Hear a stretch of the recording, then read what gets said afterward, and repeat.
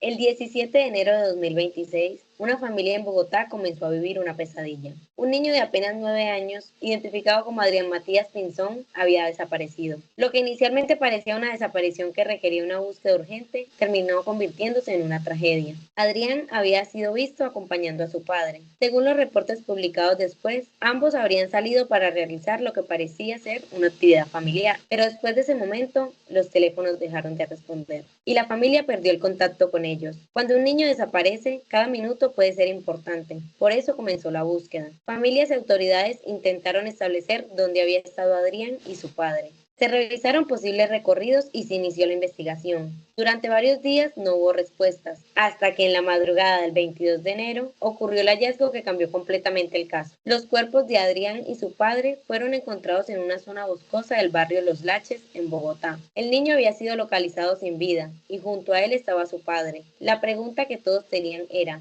¿qué había ocurrido? La noticia generó conmoción. La familia había estado buscando a Adrián pensando que todavía podía ser encontrado, pero el descubrimiento de los cuerpos llevó a la fiscalía y al CTI a comenzar una investigación para reconstruir los últimos movimientos de ambos. Una de las dificultades iniciales era precisamente establecer qué había pasado entre el momento en que fueron vistos por última vez y el lugar donde finalmente aparecieron. Los teléfonos de ambos habían quedado apagados. Eso significa que los investigadores tenían que buscar otras evidencias, cámaras, testimonios, elementos encontrados en el lugar y cualquier información que permitiera reconstruir las últimas horas de sus vidas. Con el avance de la investigación comenzó a aparecer una hipótesis extremadamente dolorosa. Las autoridades manejaron como posible explicación que el padre había disparado contra su hijo y posteriormente habría utilizado el arma contra sí mismo. Pero es importante decirlo claramente, esa fue una hipótesis investigativa, no algo que debamos presentar como una verdad absoluta sin el respaldo de una decisión judicial. La Fiscalía y el CTI quedaron encargados de establecer las circunstancias exactas y mientras los investigadores analizaban las pruebas, la familia tenía que enfrentarse a una realidad devastadora. El niño que buscaban había perdido la vida y su padre también. Ahora la investigación debía explicar el porqué. Este caso también plantea una pregunta difícil. ¿Cómo puede una desaparición convertirse tan rápidamente en una tragedia familiar? Los investigadores tuvieron que reconstruir los últimos movimientos de Adrián y su padre. La información publicada indicó que el menor había sido visto con su padre en un contexto que parecía familiar. Después, ambos dejaron de comunicarse y finalmente fueron encontrados juntos. La investigación quedó en manos de las autoridades judiciales. En estos casos, la evidencia es fundamental. No basta con imaginar qué ocurrió. Los investigadores deben determinar qué pasó realmente mediante pruebas forenses, testimonios y otros elementos de investigación. También deben establecer la secuencia de los acontecimientos, dónde estuvieron, cuándo llegaron al lugar, qué ocurrió antes de los fallecimientos y qué evidencia permite confirmar o descartar las diferentes hipótesis. Por eso, aunque desde afuera el caso pueda parecer que tiene una explicación evidente, una investigación criminal necesita demostrar cada elemento, y esa diferencia es especialmente importante cuando hablamos de una tragedia que involucra a un niño. Adrián tenía solamente 9 años. Su vida terminó antes de que pudiera crecer, estudiar, tener una profesión, formar su propia familia o simplemente vivir todas las etapas que normalmente esperamos para un niño. Para su familia, la desaparición no terminó cuando encontraron el cuerpo. Comenzó otra etapa, la de intentar comprender lo sucedido, y para las autoridades comenzó la tarea de establecer responsabilidades y circunstancias. Quizás una de las cosas más dolorosas de esta historia es que la búsqueda comenzó con esperanza. Cuando una familia denuncia que un niño está desaparecido,